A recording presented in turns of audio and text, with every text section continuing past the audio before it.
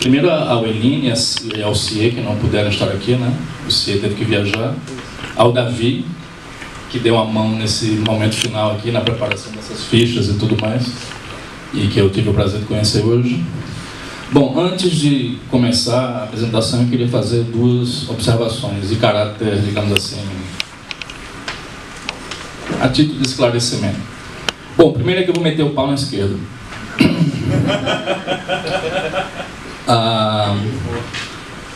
Entenda-se que quando eu meto o pau na esquerda, eu estou metendo o pau na esquerda radical. Porque já houve, em 1927, uma esquerda moderada, civilizada, etc., que conviveu normalmente com a esquerda. Valeu. Não sei se você voltou agora. Pode falar. Alô? Voltou? Porque não é inconcebível uma esquerda moderada. E durante muitos anos é o que houve, por exemplo, nos Estados Unidos, na Europa, etc., uma convivência, uma rotação de poder saudável e civilizada entre uma esquerda moderada e uma direita também moderada. Eu tenho em mente aqui a esquerda radical. Eu não vou usar a expressão esquerda radical o tempo todo, porque ficaria uma coisa tediosa e supérflua, porque hoje em dia quase toda a esquerda é radical. Então, para que ficar repetindo esquerda radical, se 97% da esquerda brasileira então vai ser simplesmente esquerda. Se alguém se incomodar com isso, eu sinto muito, né? Um outro ponto que eu quero deixar claro é que sobre a apresentação. Uma apresentação feita totalmente de improviso representa o risco de que a pessoa se perca em tangentes, em divagações, que se repita desnecessariamente e coisas do gênero. Por outro lado, uma apresentação que seja simplesmente uma leitura pode resultar numa coisa um tanto tediosa, né? O professor, o palestrante simplesmente lê um trabalho, costuma ser um pouco desinteressante. Eu optei por uma solução de compromisso. Eu preparei um roteiro escrito e está com vocês. Não necessariamente eu vou usá-lo diretamente, mas a minha apresentação vai ser baseada passo a passo no que eu preparei. Agora, se em algum momento, até por uma questão de ter que apressar o andamento, para que tudo caiba dentro do tempo disponível, eu tiver que ler algumas coisas, eu lerei. Agora, o que eu certamente lerei serão várias citações de filósofos e intelectuais, quase todos eles de esquerda, exceto o primeiro que eu vou citar, que não era de esquerda, que era um grande crítico da esquerda. E aí ficará clara uma máxima de Cícero, um pensador e orador romano, morto mais ou menos em 50 a.C. Cícero disse certa vez: não há nada tão estúpido que não tenha sido dito por algum filósofo. E olha que eu sou professor de filosofia. Mas, enfim, substitua filósofo por pensador ou qualquer coisa assim, e vocês hoje terão a prova nítida e clara de que títulos universitários, sofisticação intelectual, prestígio acadêmico e coisas do gênero não são de forma alguma uma garantia contra fazer afirmações rigorosamente estúpidas, imbecis e bom. Ok. Começando, na perspectiva que eu adoto aqui, o fundamental é começar notando que o marxismo, tal como eu compreendo, não é um conjunto de teses, muito menos um conjunto de teses coerentes. O marxismo é, antes de tudo, uma cultura. Uma cultura que tem um fundamento antropológico, numa certa tendência, ou tendências que são comuns nos seres humanos, que se incorporam naquilo que eu chamaria de mentalidade revolucionária. E a mentalidade revolucionária é capaz de, ao longo do seu desenvolvimento, permitir a sucessão de teses e posturas contraditórias entre si no tempo, ou ao mesmo simultaneamente contraditórias, ou seja, você tem marxista dizendo uma coisa, outro marxista dizendo uma coisa completamente diferente, e tudo isso é marxismo. Porque marxismo não é fundamentalmente um conjunto de teses. Marxismo é um tipo de atitude perante a realidade. Uma atitude caracterizada pela mentalidade revolucionária, que por sua vez pressupõe, digamos assim, outras características que eu vou passar a elencar em seguida. Mas antes disso eu vou contrastar o primeiro aspecto da mentalidade revolucionária, que eu chamaria de tendência à rebelião, com a mentalidade oposta, que seria a mentalidade prudente ou a mentalidade conservadora. E aqui vocês me deem permissão para citar uma passagem belíssima de um livro de Chesterton, chamado simplesmente The Thing, A Coisa, um livro de 1929, que infelizmente não tem tradução em português. Muitas coisas boas não são traduzidas em português. Nesse livro de 1929, Chesterton usa uma alegoria extremamente elegante para contrastar dois tipos de atitude perante o mundo. E aqui vem a minha primeira citação. Essa aqui é uma citação de um cara do bem, viu? É uma citação do cara do bem. Os outros eu não garanto, não. Então, Chesterton tem essa passagem belíssima que eu vou ler para vocês. O tipo mais moderno de reformador, ou seja, o tipo pautado por uma rebelião, uma atitude de rebelião perante o mundo, o tipo mais moderno de reformador se dirige a uma cerca, imagine, ao longo de uma estrada. O tipo mais moderno de reformador, que Chesterton critica, se dirige a essa cerca e diz: não vejo para que serve isso, vamos tirá-la daqui. A isso, o tipo mais inteligente de reformador, que vem a ser Saul Alinsky. Caso não saibam, Saul Alinsky é o principal mentor intelectual de Barack Obama, aquele vagabundo, e de Hillary Clinton, aquela ordinária. Estou gravando isso, não sei, mas eu não retiro as palavras. Pelo amor de Deus, cara, na real, Obama é um vagabundo e Hillary Clinton é uma vagabunda. Mas deixa isso para lá, por enquanto, depois eu volto a isso. Uma outra citação que mostra essa destrutividade natural do projeto esquerdista. Isso de um autor chamado Jason Benham, começo dos anos 60. Vejam como isso é revelador. A questão nunca é a questão. A questão é sempre a revolução. Ou seja, eles nunca vão se satisfazer. A questão é um pretexto. Você tenta resolver alguma coisa, resolve. Pensa que eles vão se satisfazer? Não, formar outro problema. Depois outro, depois outro, depois outro. O que interessa não é resolver coisa nenhuma. O que interessa é estar sempre se rebelando. A questão nunca é a questão é a revolução. Ou seja, é uma coisa sem fim. Então, um grande erro que se comete, às vezes, no trato com o esquerdista é fazer concessões, achando, o cara vai parar agora, vai ficar quieto, porque afinal de contas eu dei o que ele pediu. Não! Ele vai pedir outra coisa. E depois outra, e depois outra, e depois outra. Ok? Bom, prossigamos. A mentalidade revolucionária, além disso, é necessariamente antirreligiosa e anticristã. Se você considerar a narrativa da queda no Jardim do Éden, o primeiro casal peca, né? É expulso do paraíso e, como resultado disso, ficam claras algumas coisas. Primeiro, que o ser humano é dotado de livre-arbítrio. Ele pode escolher suas ações e ser responsável por elas. A noção de responsabilidade individual e intransferível. Eu sou culpado dos meus pecados, não dos seus pecados. Cada um de vocês é culpado dos próprios pecados, não dos pecados alheios. Ao contrário da esquerda, né, que quer socializar o pecado. Cultura de estupro. Não. O crime foi de quem cometeu. Você não vai socializar a responsabilidade moral pelo próprio ato. Outra característica que também entra em choque com a mentalidade marxista. A primeira foi essa que eu mencionei, é a visão de que o ser humano é dotado de livre-arbítrio, ele não é um peão de forças que o conduzem, e que ele é responsável pelos seus próprios atos e que suas culpas são só dele e intransferíveis.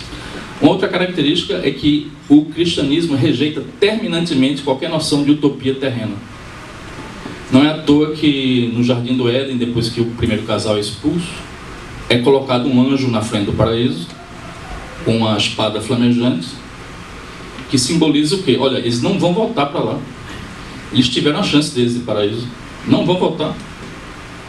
Ou seja, isso simboliza que o paraíso terreno é impossível. E você não pode ter um simbolismo mais claro disso. E na visão cristã, necessariamente, qualquer salvação, qualquer paraíso, é forçosamente remetido para uma esfera transcendente.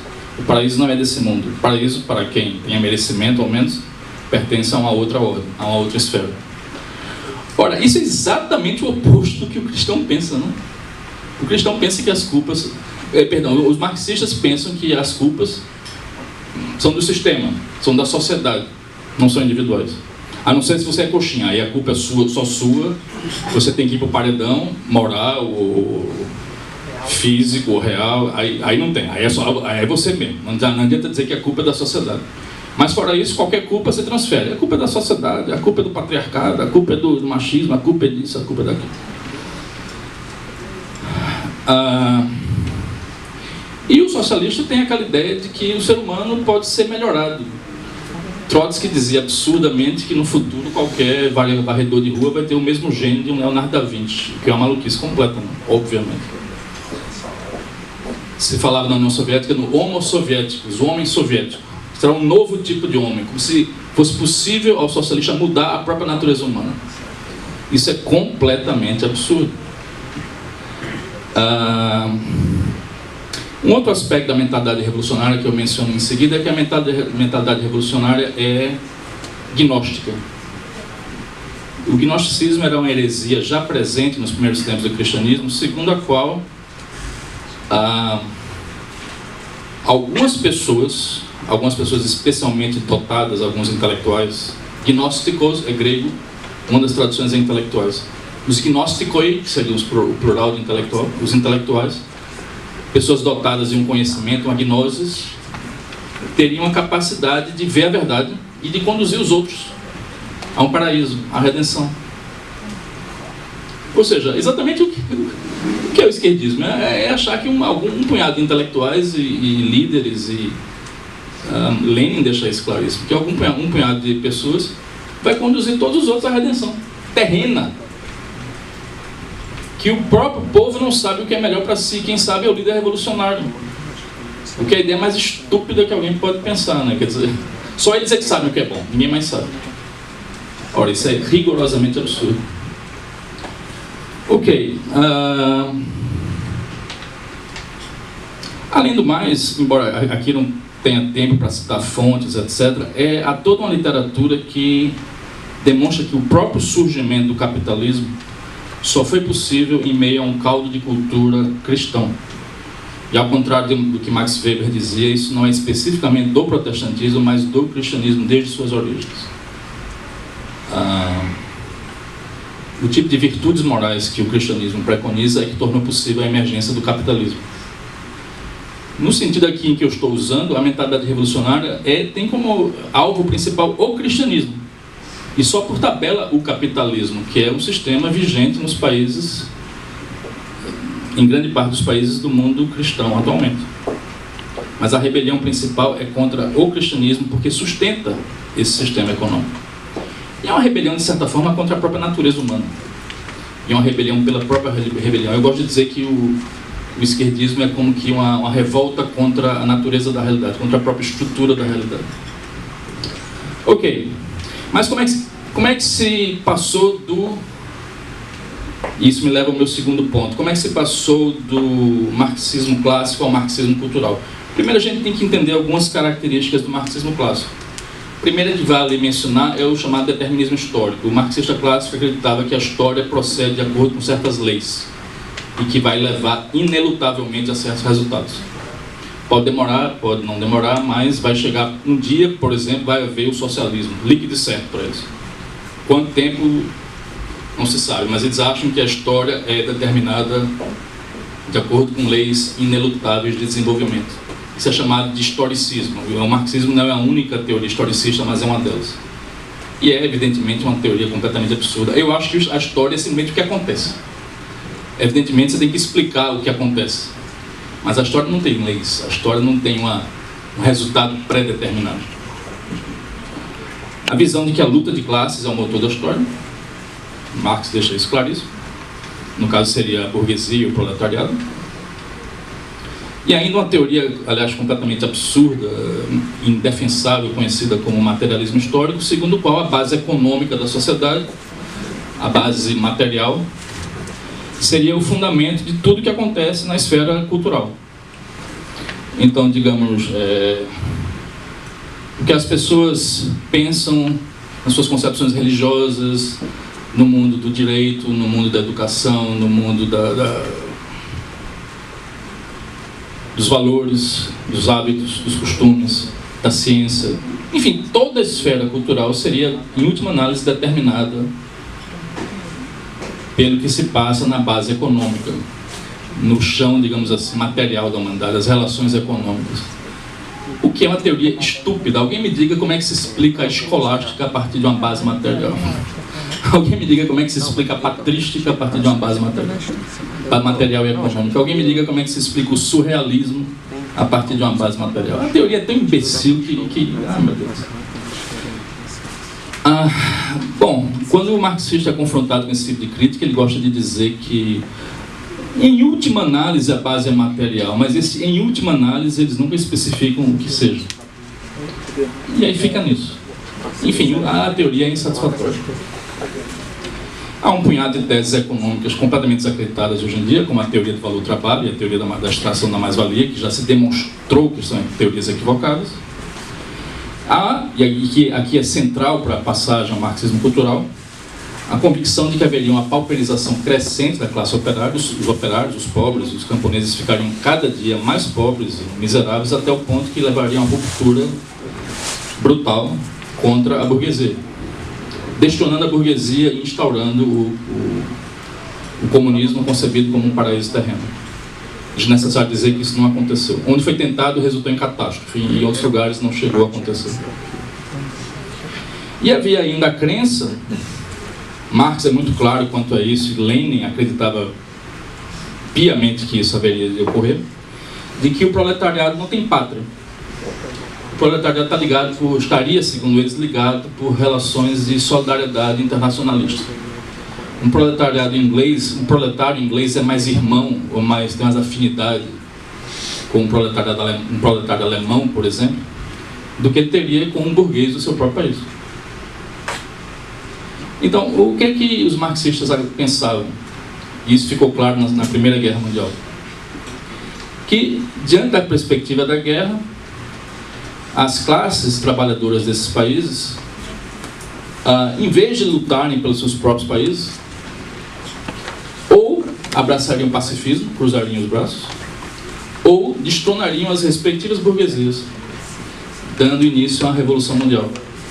Nada disso aconteceu. Não aconteceu a pauperização, porque a condição da classe operária melhorou, em vez de piorar, nos países liberais, e não aconteceu essa Revolução Mundial, quando os marxistas achavam que ela aconteceria na época da Primeira Guerra Mundial. Nada disso aconteceu. Então falhou miseravelmente a tese. As previsões marxistas quanto ao que aconteceria quando houvesse o próximo grande confronto mundial, em que Marx acreditava que eclodiria essa revolução, não aconteceu. Bom, desnecessário dizer que diante disso os teóricos marxistas começam a ser passíveis de serem infiltrados. E depois disso nós vamos trazer para a realidade a reviravolta no mundo das relações econômicas. Ou seja, primeiro se mudaria a superestrutura cultural das relações humanas, e depois disso, só depois disso, haveria o assalto à ordem propriamente econômica.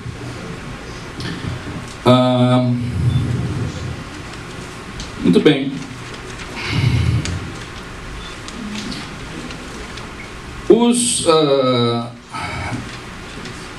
A figura crucial para a Escola de Frankfurt, que seria o principal grupo de pensadores ligados ao marxismo cultural, foi o húngaro já citado Lukács, que não era ele próprio da Escola de Frankfurt, mas ele foi a grande inspiração dele. E, paralelamente, houve o teórico italiano Antonio Gramsci, que nunca foi formalmente ligado a esse pessoal, mas que tinha ideias muito parecidas quanto a transferir a batalha do campo da economia para o campo da cultura. Gramsci dizia: não ataquem quartéis, ataquem universidades. Acho que isso deixa claro qual era a opinião dele, não? O que é que ele queria. Ele queria mudar a cabeça das pessoas. E uma vez estabelecida uma hegemonia cultural esquerdista, marxista, aí sim conseguir a revolução por outros meios comparativamente indolores, face ao holocausto revolucionário defendido por Marx, mas ainda assim levando também ele ao comunismo. Ok?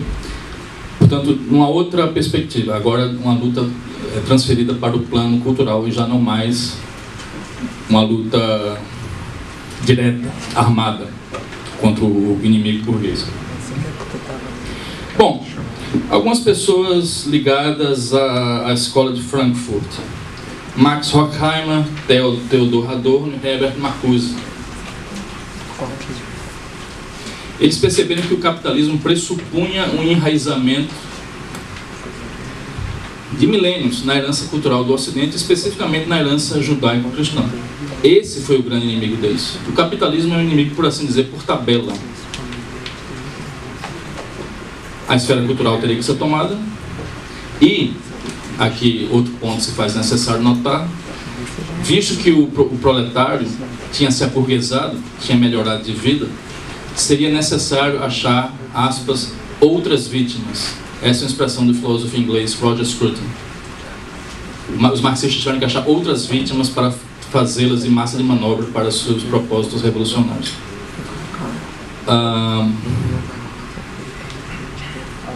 Mas eu chego lá, mais adiante eu vou tornar isso mais detalhado. Nós já mencionamos Lukács como esse intelectual húngaro que expressamente se opôs à civilização ocidental e que lançou essa indagação exasperada: o que vai nos salvar da civilização ocidental? Esse senhor, que era um belo filho da mãe, diga-se de passagem, mudou de opinião umas 20 vezes. Stalin mandava ele mudar de opinião e ele mudava no dia seguinte. E, enfim, Lukács foi um rato, por assim dizer. Lukács foi comissário da cultura na República Bolchevique, na Hungria. Veja, o socialismo mesmo, inicialmente ele só vingou na União Soviética. Mas houve breves experiências socialistas na Hungria, na Bavária, etc. Todas elas muito curtas. Mas duraram às vezes um ano, alguns meses, etc. Uma delas foi a República Bolchevique na Hungria, sob o governo de Bela Kun. E, como eu disse, Lukács foi o comissário cultural da Hungria nessa época. E ele tinha declaradamente, isso não era algo que ele tenha insinuado, declaradamente a intenção de destruir os valores judaico-cristãos na Hungria. Porque ele sabia que era essa a única maneira de conseguir estabelecer o ideário comunista. E, especificamente, outra das coisas que fazem Lukács um belo filho da mãe, ele introduziu um programa de educação sexual nas escolas húngaras, perto do qual, sei lá, as inovações do senhor Fernando Haddad em São Paulo empalideceriam, né? Ficariam reduzidas, pareceriam menores. Enfim, tudo isso que a gente vê hoje em matéria de subversão dos papéis tradicionais, dos sexos, dos gêneros e tudo mais, Lukács tentou fazer isso nos anos 20 na Hungria. Felizmente, felizmente o experimento bolchevique húngaro inicial, antes do país ser ocupado pela União Soviética, isso já depois da Segunda Guerra Mundial, durou pouco. Mas ele tentou sim. Outra figura fundamental aqui foi Antônio Gramsci, que era um intelectual importante do Partido Comunista Italiano. Teve uma carreira extensa, tanto antes quanto depois de ser feito prisioneiro de Mussolini. E a sua contribuição mais importante e deletéria foi dos Cadernos do Cárcere, livros que ele escreveu já na prisão. Gramsci defendia expressamente o que ele chamava de uma longa marcha através das instituições, que envolveria a ocupação de espaços e a tentativa de exercer uma completa hegemonia cultural, como condição prévia para se derrocar o capitalismo. Lukács dizia que esse processo teria que se dar de uma forma lenta, gradual e quase que imperceptível. Quanto menos perceptível, melhor. Ele falava em marxizar as pessoas sem as pessoas notarem que estavam sendo marxizadas. O que seria, digamos assim, alterar o próprio homem interior, o sujeito se tornar marxista sem saber, se tornar marxista pelo ar que se respira, um pouco como acontece nas universidades brasileiras. Quem é aluno aqui da Universidade Federal, ou Católica, etc., sabe disso. Aliás, Fernando Henrique que trouxe esse trecho para o Brasil, né? Quer dizer, ele foi um dos que trouxeram esse camarada para cá. E aí foi uma desgraça. E Marx, Gramsci tinha expressamente claro na cabeça dele que era necessário destronar toda a herança cultural do Ocidente cristão. E o cristianismo era algo central. Tanto que ele disse, aqui eu ia escrever uma outra citação, depois não achei, por isso que tem uma parte aí que está vazia, mas ele disse que o mundo tem sido saturado com o cristianismo por 2000 anos. E um regime fundado em valores judaico-cristãos não pode ser derrubado até que as raízes sejam cortadas. Ou seja, o inimigo principal dele era a civilização ocidental e, sobretudo, o cristianismo. E o capitalismo seria derrubado como consequência disso. Porque, como eu disse bem no começo, a concepção de mundo cristã é radicalmente oposta e antagônica, inconciliável com a concepção de mundo revolucionária, aquela que se pauta pela rebeldia pela rebeldia, pela rebelião pela rebelião. Ok. Não menos hostis ao Ocidente, aos seus valores, foram os pensadores que expressamente fundaram um Instituto de Pesquisa Social em 1923, na Universidade de Goethe, na Alemanha, na cidade de Frankfurt, que depois veio a ser chamado informalmente de Escola de Frankfurt. A Escola de Frankfurt nunca foi uma designação oficial.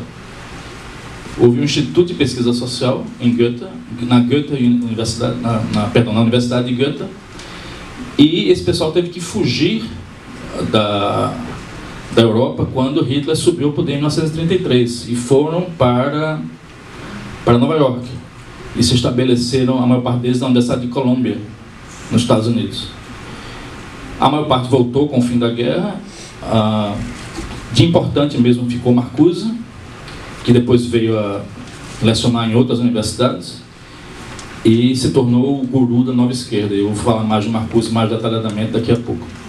Marcuse, no final das contas, acabou sendo mais influente, embora talvez ele tenha sido menos dotado intelectualmente, mas ele, para todos os efeitos práticos, ele acabou sendo mais influente nesse grupo de pensadores no Ocidente. Ok. Os Estados Unidos haviam ganho a guerra e tinham, digamos assim, isso é um traço característico da sociedade americana, uma grande autoconfiança em si mesmo como potência militar, uma grande autoconfiança em si mesmo como potência econômica, mas os americanos, historicamente, padeceram de uma certa, como é que eu posso dizer, de um certo complexo de inferioridade no plano cultural. Os europeus é que são sábios, os europeus é que são cultos e tal, e os americanos são muito humildes. Eles nunca foram hostis aos estrangeiros, eles nunca foram hostis à ideia de aprender com intelectuais europeus, ingleses, alemães, etc. E eles acolheram todo esse pessoal de braços abertos. Mal sabiam eles o horror que ia dar tudo isso. Pobres Estados Unidos, agora está esse vagabundo aí no poder, esse camarada, Obama. Bom,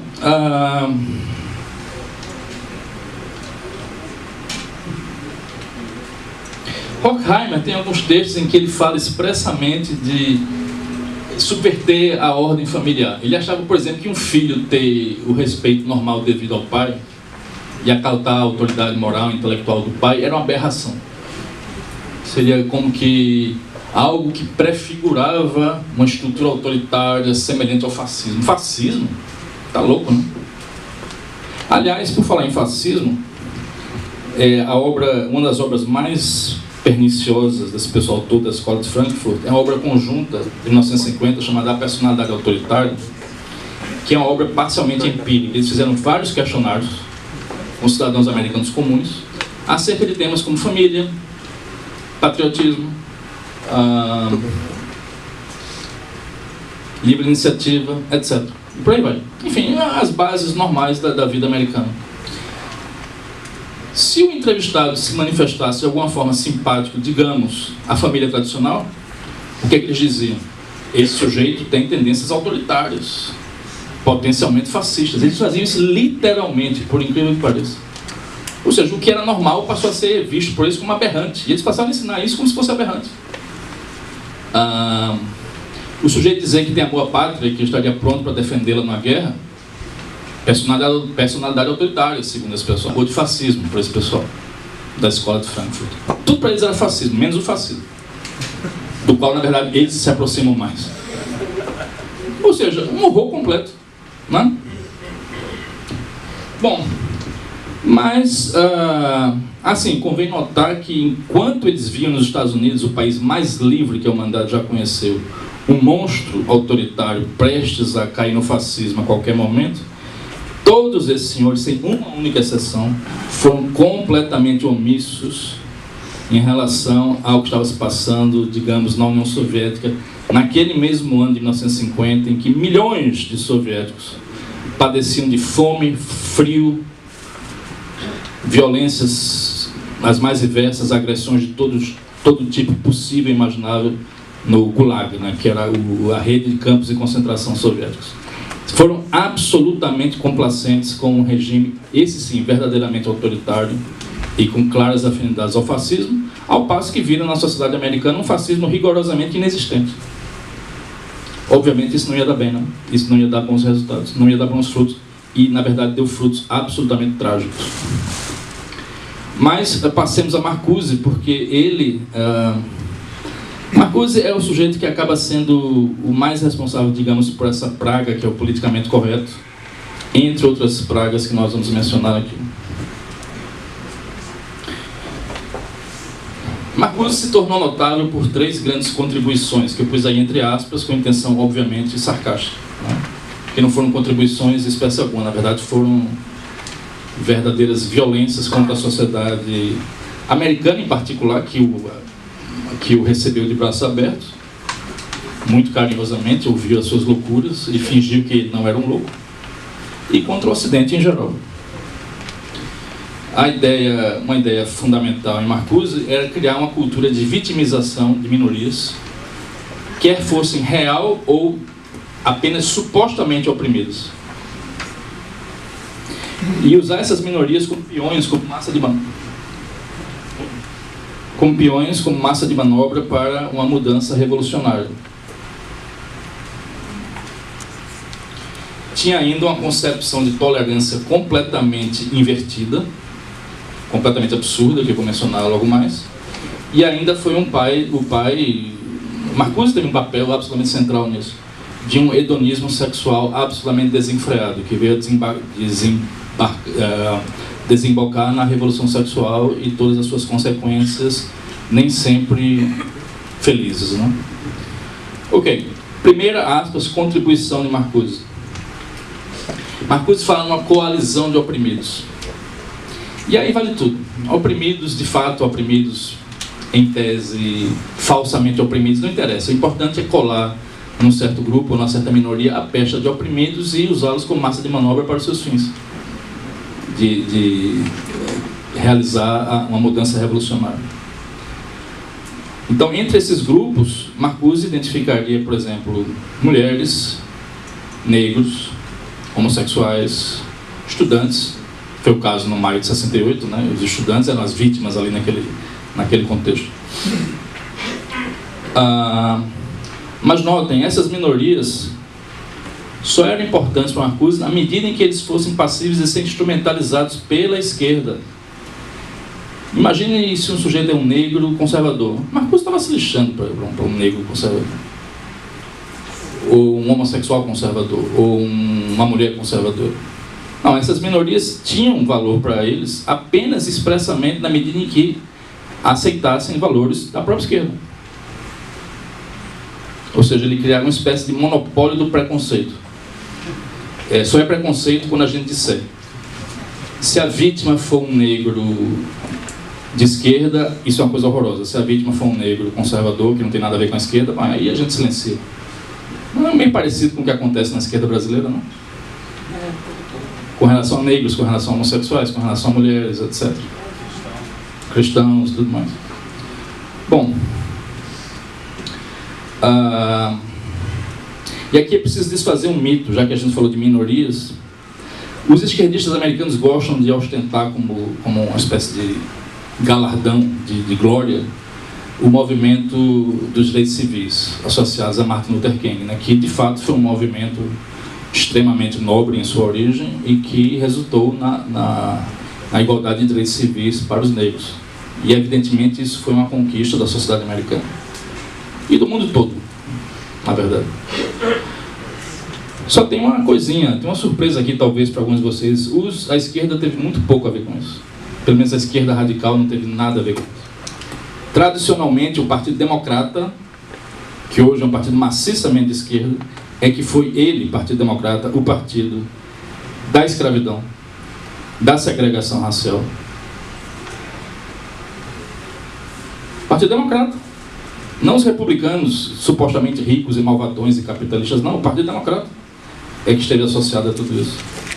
O movimento dos direitos civis foi essencialmente obra de esquerdistas moderados do Sul e de republicanos do Norte. Foram eles que defenderam a causa. Aqueles governadores do Sul que batiam em negros eram democratas, eram do Partido Democrata.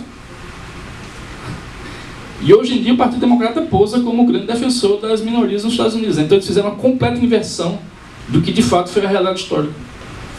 Então até mesmo isso não pode ser colocado na conta digamos assim, das contribuições do Partido Democrata. E mais ainda, Marcuse chegava ao ponto de defender os fora da lei.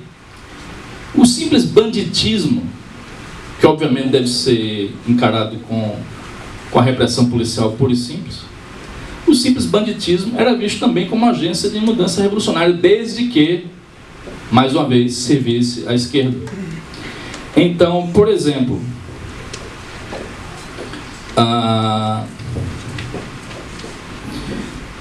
numa coletânea chamada Crítica da Tolerância Pura, Marcuse escreveu um artigo chamado Tolerância Repressiva, em 1965. Veio a ser publicado numa coletânea chamada Crítica da Tolerância Pura, em 1969.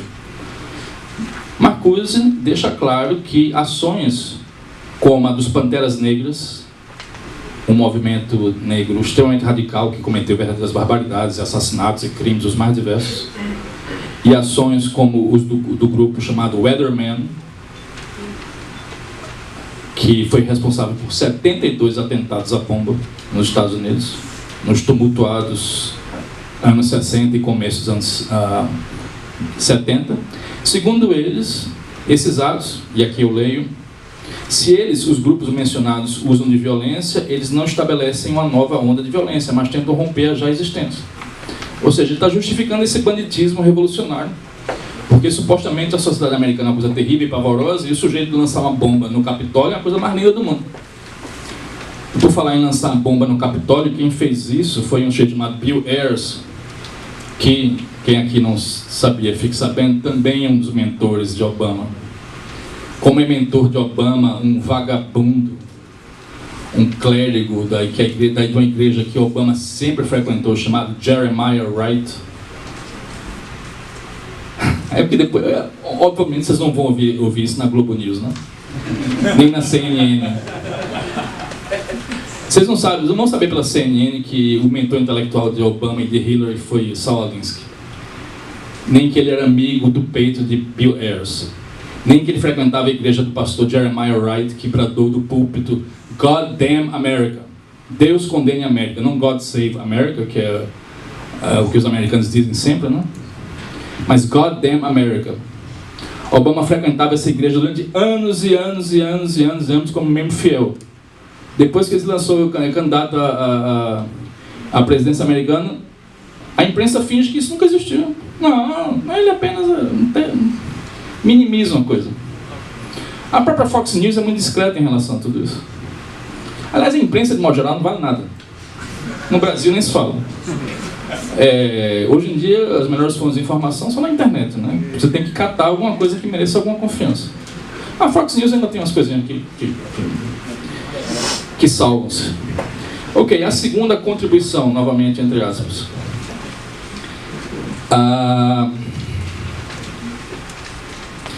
Marcuse defendia o que ele chamava de tolerância repressiva. Ou, perdão, ele condenava o que ele chamava de tolerância repressiva. O que ele chamava de tolerância repressiva? Bem, a boa e velha tolerância a posições divergentes, que é consagrada, por exemplo, na primeira emenda da Constituição Americana, que diz que o Estado não estabelecerá uma religião oficial e que é amplamente garantido o direito de expressão e pensamento, coisa que também está expressa no artigo 5º da Constituição Federal do Brasil.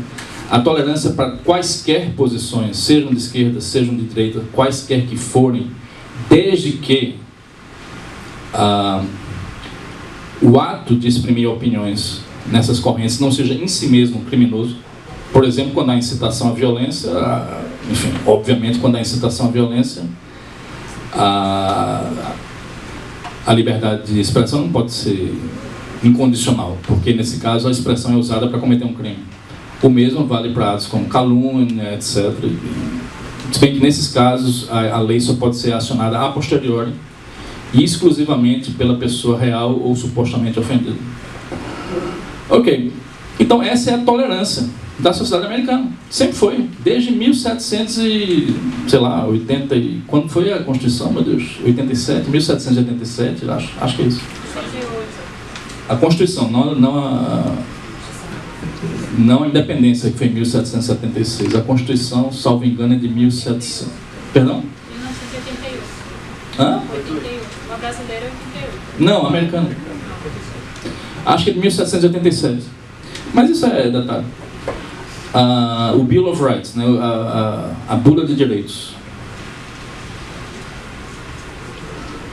Isso que a gente chama de tolerância, para Marcuse, era uma tolerância repressiva a ser condenada. Ele achava que a tolerância da sociedade americana, a sociedade mais livre que já existiu, era algo, no fundo, profundamente perverso e intolerante. Isso é tolerância libertadora? Não, isso é tirania. É uma inversão completamente orwelliana da linguagem. O bem vira mal, o mal vira bem e assim por diante.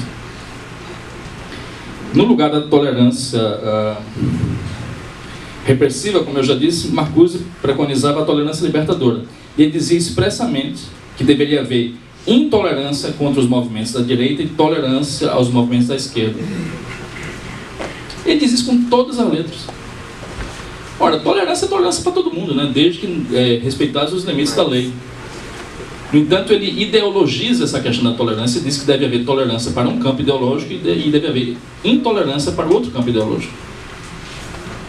Ora, isso é simplesmente pavoroso, né? E deu no que deu.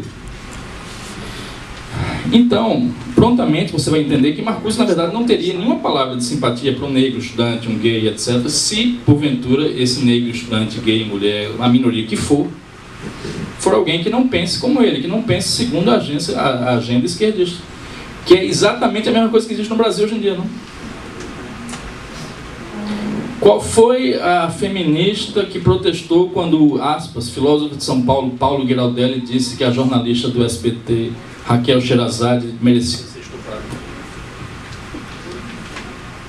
Qual foi a feminista que protestou quando o Giraldelli disse que a Raquel Sherazade, que é de direita, Giraldelli de esquerda, Raquel Sherazade de direita, Que é jornalista. jornalista? Qual foi a feminista que protestou? Nenhuma. Quando Lula disse que uma certa mulher, um daqueles grampos, merecia ter seu quarto invadido por 4 ou 5 homens, dando a entender que ela ia adorar isso, qual foi a feminista que se queixou? Nenhuma. Houve esse caso do estupro no Rio de Janeiro e evidentemente mereceu condenação, porque foi uma coisa pavorosa, mas houve também estupros em números incomparavelmente maiores na virada do ano na Alemanha, em 31 de dezembro, em que dezenas de moças alemãs foram violentadas por muçulmanos. O que é que os feministas do Ocidente protestaram? Nada, ignoraram completamente. Ou seja, isso é Marcuse em ação. Só vale protestar em nome da minoria se a minoria servir à esquerda. Toda tolerância para a esquerda, nenhuma tolerância para a direita. O que é uma loucura, obviamente. E deu no que deu, né? Depois, daqui a pouco eu falo a relação que isso tem com o politicamente correto e com o multiculturalismo. A terceira, aqui faltaram aspas em contribuição, me perdoem, porque é contribuição de mentirinha, não é uma contribuição verdadeira. Em Eros e Civilização, que é uma obra de 1955, mas que só veio exercer sua verdadeira influência na década seguinte, década de 60, Marcuse, eu tenho irmã aqui psicóloga que saberia falar disso com mais competência do que eu, mas fazendo um uso completamente maluco da noção conhecida como princípio do prazer, que é uma noção freudiana. Marcuse advogou o que ele chamava de uma sexualidade polimorfa.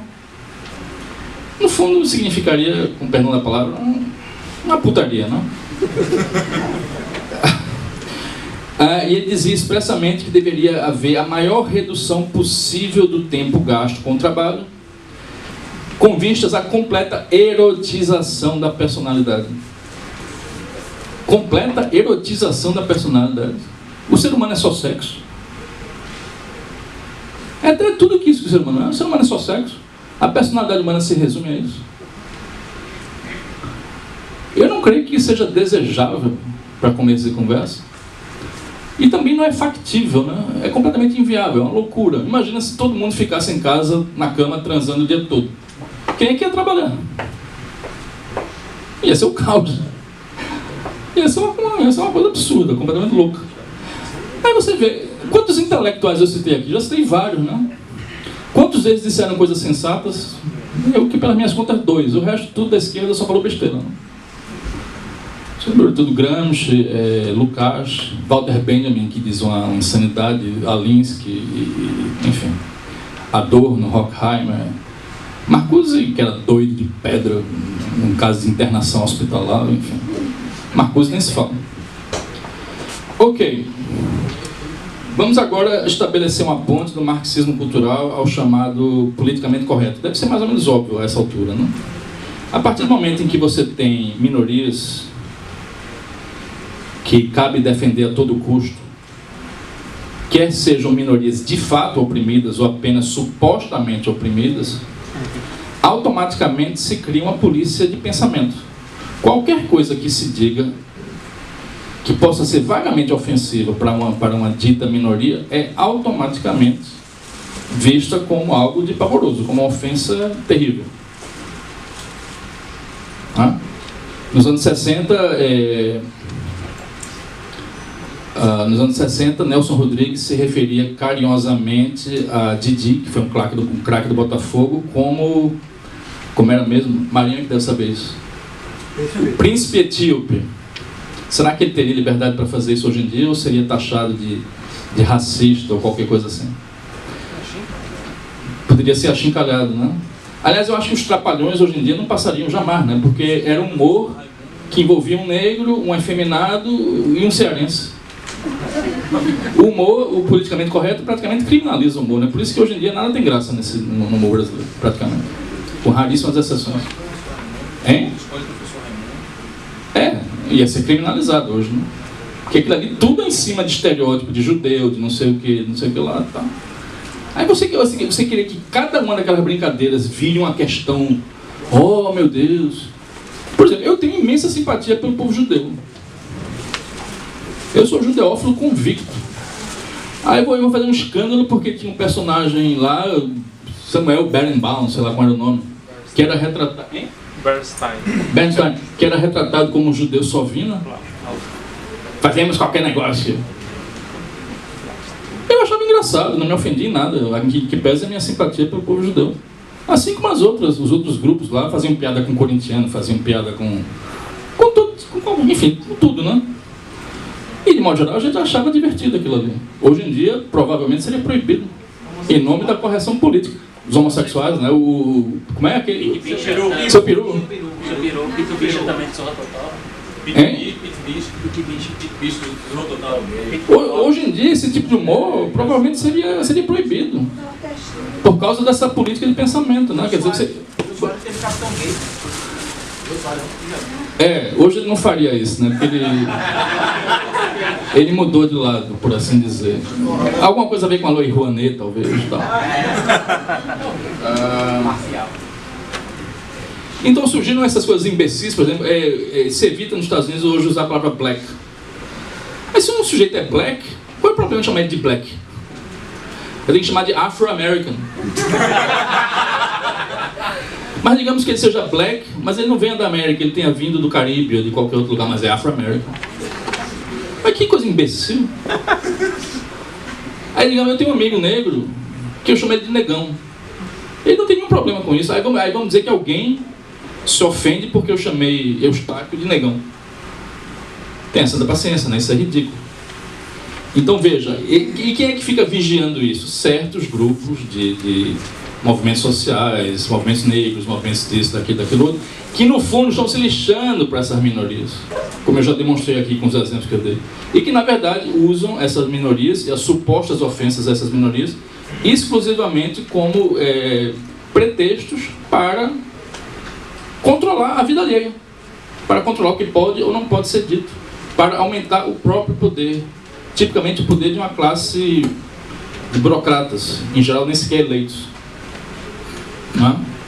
E aqui, sempre que se fala do politicamente correto, a primeira coisa que me vem à mente é uma citação,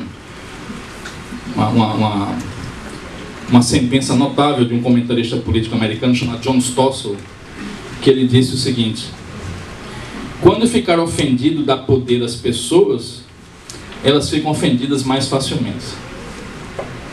Todo politicamente correto se resume a isso. Vou me ofender qualquer coisa, vai ter alguém para me defender, isso vai aumentar meu poder e vai aumentar o poder de quem me defende.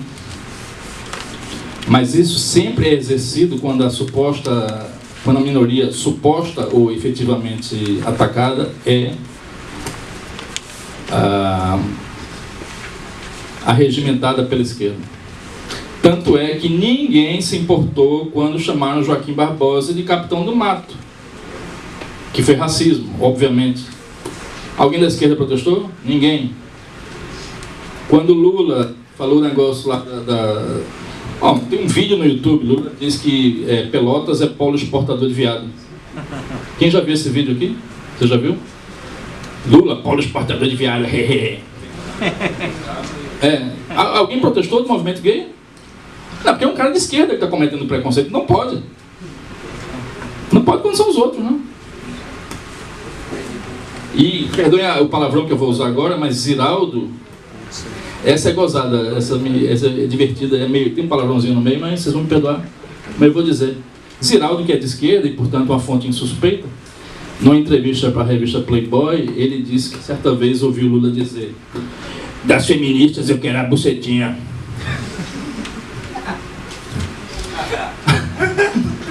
Alguma feminista protestou? Nenhuma, porque é um cara de esquerda, está dizendo, né? Aí pode.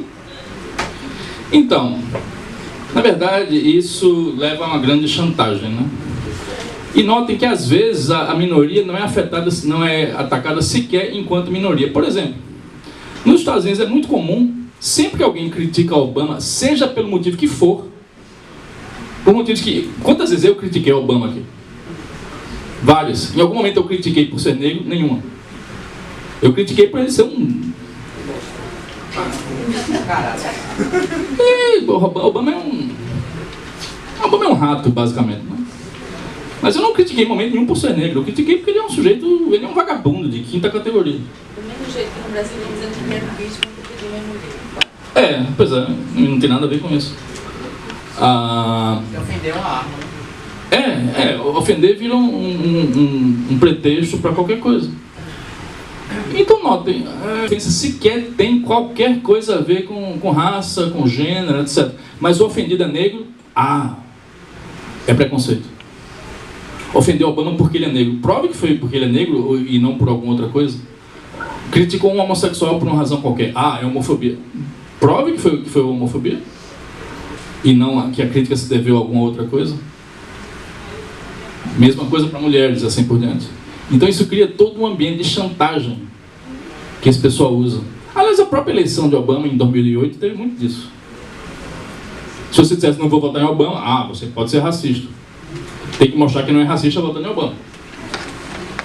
Muito da eleição dele teve a ver com isso. Além do fator de novidade, etc., de ser o primeiro negro que seria eleito nos Estados Unidos, essa coisa toda, né? e gerou esperanças que acabaram se revelando infundadas. Bom, já estou mais ou menos encaminhado. Mais algumas coisas que falta dizer. Do marxismo cultural ao multiculturalismo. Bom, aqui é muito fácil entender e também é relacionado ao politicamente correto. Veja, esse pessoal critica a civilização ocidental e o cristianismo. Aí inventaram essa palavra chique chamada multiculturalismo, que é a coisa mais hipócrita que existe, que na verdade significa, para todos os efeitos práticos, o seguinte: você tem que respeitar todas as religiões, menos a cristã. Essa você tem que meter pau. Você tem que respeitar todas as culturas, menos a ocidental. Nessa você tem que meter pau. Multiculturalismo, na prática, é isso, é uma farsa. O que seria supostamente o respeito por todas as culturas e religiões, na prática, é uma postura seletiva de aprovar tudo, defender tudo, desde que venha de outras culturas, mas quando é na cultura ocidental, ou quando está relacionado ao cristianismo, aí tem que ser criticado. Com consequências terríveis. Por exemplo, nos Estados Unidos querem banir das universidades hoje em dia, os chamados autores homens brancos e mortos. Não pode ter homem, porque aí é patriarcado. Não pode ser branco, porque aí branco é opressor. Não pode ser morto, porque é coisa do passado. Aí você tira Shakespeare do currículo, você tira Milton do currículo, você tira Cervantes do currículo, você tira Dante do currículo, você tira tudo que foi de melhor produzido na literatura ocidental, tem que sair do currículo. Porque senão, se você mantiver no currículo, isso seria etnocentrismo, seria achar que, enfim, nós temos que... Não, você quer estudar literatura negra, problema nenhum. Quer estudar literatura dos nativos, problema nenhum. Mas você não vai tirar do currículo ocidental todos os melhores autores, compositores, etc., simplesmente porque eram brancos, ocidentais e homens, e se for cristão, pior ainda para eles, né? Aí mesmo é que tem que escolher. A nova lei de diretrizes de baixo está nesse caminho. E aquilo ali é uma coisa imunda, né? Aquilo ali, se passar, pode enterrar esse país. Pelo amor de Deus. Na prática, eu falei, essa questão do cânone, né? E também... por exemplo, nos Estados Unidos, as minorias sempre tentaram se assimilar. Manter suas características, mas se assimilar à sociedade americana. Aprender inglês. Respeitar as leis locais. E por aí vai. Na Europa também. Durante a maior parte do tempo, as minorias tiveram essa atitude. Hoje é o contrário. Você tem gente nos Estados Unidos, na Europa, imigrantes, que não se dão o trabalho de aprender inglês. Ou a língua local, seja qual for. E que, em vez de se assimilarem, ou de ao menos tentarem se assimilar, se enfurnam em verdadeiros guetos. E muitas vezes numa posição de franca hostilidade ao país que está, em tese, está abrindo as portas para eles de uma forma acolhedora, né? O que obviamente é terrível. Além dessa questão das fronteiras abertas de uma forma irresponsável, de todos os eufemismos que se envolvem, por exemplo, a coisa do politicamente correto é tão imbecil que nos Estados Unidos você chamar um sujeito hoje em dia de imigrante ilegal, não pode chamar de imigrante ilegal. Não pode chamar de imigrante ilegal, tem que chamar de alienígena não documentado. Undocumented alien. Não illegal immigrant, undocumented alien. Tenha santa paciência, né? Pois é. Eles são imigrantes ilegais, eles são outra coisa? Eles são imigrantes ilegais. Qual é o problema de usar a expressão?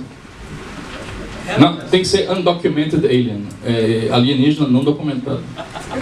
O que é uma coisa rigorosamente estúpida, não tem outro nome para isso. Porque foi criada a identidade, né, dos imigrantes ilegais, geralmente fazendo coisa ruim. Aí eles já tiraram o termo como pejorativo. Mas é uma palavra neutra. A palavra em si é neutra, é um imigrante legal.